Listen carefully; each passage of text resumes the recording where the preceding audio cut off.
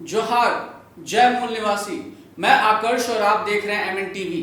नोटबंदी के 3.5 साल बीत जाने के बाद देश के सबसे अमीर मंदिर तिरुपति ट्रस्ट ने केंद्र सरकार से 51 करोड़ रुपए के 500 और 1000 रुपए के नोटों को बदलने की मांग की है।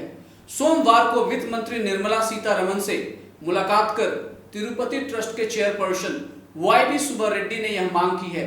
रेड्डी ने वित्त मंत्री से कहा कि कोरोना संकट के चलते मंदिर की आर्थिक स्थिति बेहतर नहीं है और उसे देखते हुए इन नोटों को बदला जाना चाहिए। हिंदुस्तान टाइम्स से बातचीत करते हुए रेड्डी ने कहा कि मैंने वित्त मंत्री को बताया कि श्रद्धालुओं ने दान पात्र में यह रकम डाली है और हम उनकी ओर से श्रद्धा के साथ दी गई रकम को नजरअंदाज नहीं कर सकते।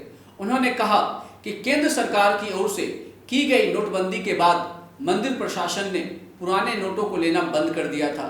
हालांकि श्रद्धालु मंदिर की दान पात्र में जो रकम डाल गए हैं उसमें मंदिर का कोई दखल नहीं होता।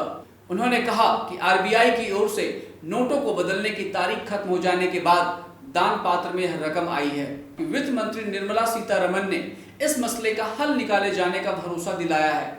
उन्होंने कहा कि वित्त मंत्री ने केंद्रीय बैंक के समक्ष इस मुद्दे को उठाने की बात कही है और कहा कि इस मामले में जो भी बेहतर हो सकेगा वह किया जाएगा। तिरुपति मंदिर ट्रस्ट में मुखिया रेड्डी का कहना है कि नोट बदलने की तारीख खत्म होने के बाद दान पात्र में यह रकम आई। अब सवाल उठता है कि इतनी बड़ी रकम 1 महीने या 2 महीने में तो आई नहीं होगी। नोट बदलने की तारीख खत्म होने के बाद से मंदिर के दान पेटी में नोट आए होंगे तो मंदिर के ट्रस्टी अब तक चुप क्यों थे? जिस दान पेटियों में यह पैसा आया, क्या वे दान पेटियां नोटबंदी के 3.5 साल बाद खोली गई?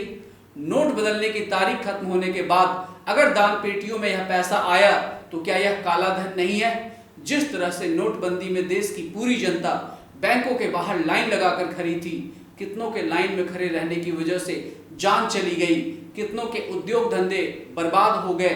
क्या ये उनका मजाक नहीं है? जिस तरह से कहा गया कि नोटबंदी से काला धन खत्म हो जाएगा, क्या अब नोट बदलने से काले धन में बढ़ोतरी नहीं होगी? अब सरकार के हाथ में फैसला है कि इस नोट को बदलें या ना बदलें।